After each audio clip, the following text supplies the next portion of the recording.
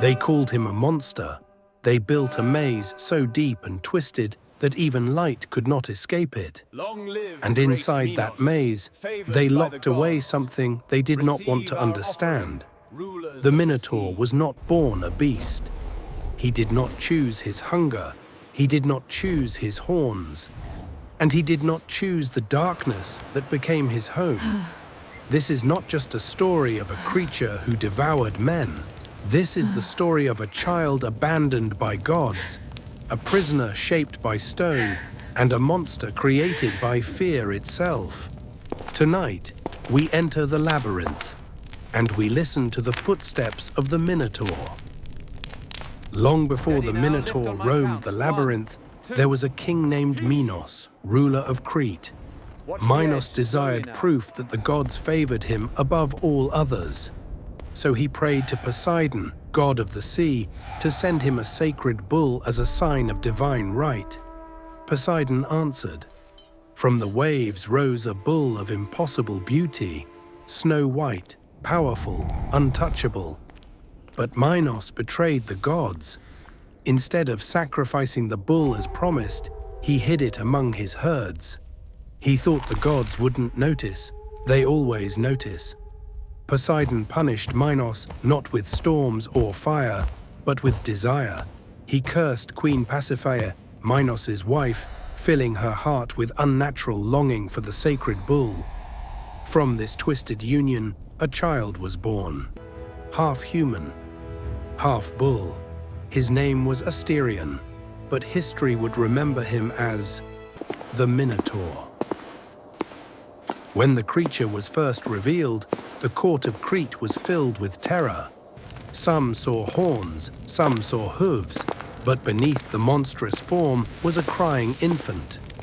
Pasiphae begged Minos to let the child live, and so the boy was kept alive, but hidden. Asterion grew quickly, too quickly. His body became massive, his strength uncontrollable, and his hunger endless.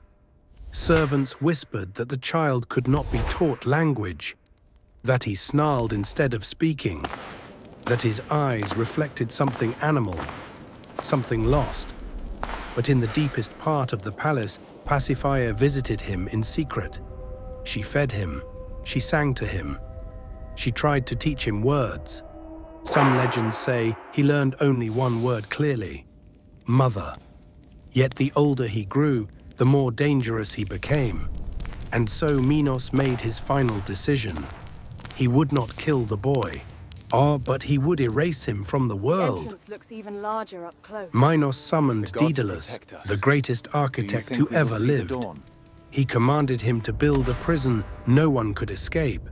Not walls, not chains. A maze. A structure so confusing that even its creator could lose himself inside it. The labyrinth was built beneath the palace. Stone corridors twisted into endless spirals. No windows, no straight paths, no sky. And at its center, the Minotaur was placed. Asterion was no longer treated as a child. He became a secret. He became a warning. He became a weapon. Years passed. Then tragedy struck Athens, a rival city. Minos' son was killed there. In revenge, Minos demanded a cruel tribute. Every 9 years, Athens would send 7 boys and 7 girls, 14 lives. They would be thrown into the labyrinth. They would never return. The Minotaur fed on them. To the world above, he was a demon of stone and darkness, a devourer of youth, a nightmare with horns. But inside the maze, the truth was quieter. He did not hunt with joy. He did not roar in triumph. He waited, alone, listening to footsteps, listening to breathing, listening to fear. Some legends say he cried after killing. Some say he kept bones stacked like toys. Some say he learned to recognize human voices but could not answer them. He was not taught mercy. He was taught survival. And the labyrinth became his entire universe. One year, among the 14 chosen, came a prince named Theseus. Unlike the others, Theseus did not weep. He did not tremble. He volunteered. He intended to end the curse. Before he entered the maze, Minos's daughter Ariadne fell in love with him. She gave him a gift, a simple thread, a way back. The thread was tied at the entrance, unraveling behind him as he walked deeper into darkness. Inside, the labyrinth swallowed sound. Even Theseus's footsteps felt distant. And somewhere, something breathed.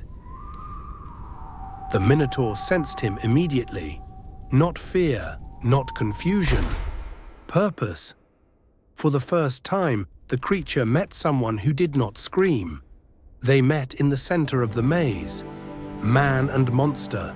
Some stories say they fought in silence. Others say the Minotaur charged like a storm, but darker versions tell a different tale. They say the Minotaur hesitated. They say he saw his reflection in Theseus's shield. A man, a beast, both trapped. But fate is not kind to creatures born of curses. Theseus drove his blade into the Minotaur's chest, and the monster fell, not roaring, not raging, but breathing his last breath in the dark that had raised him. Theseus escaped using the thread. The labyrinth was abandoned. But what of the Minotaur? His body was left where it fell.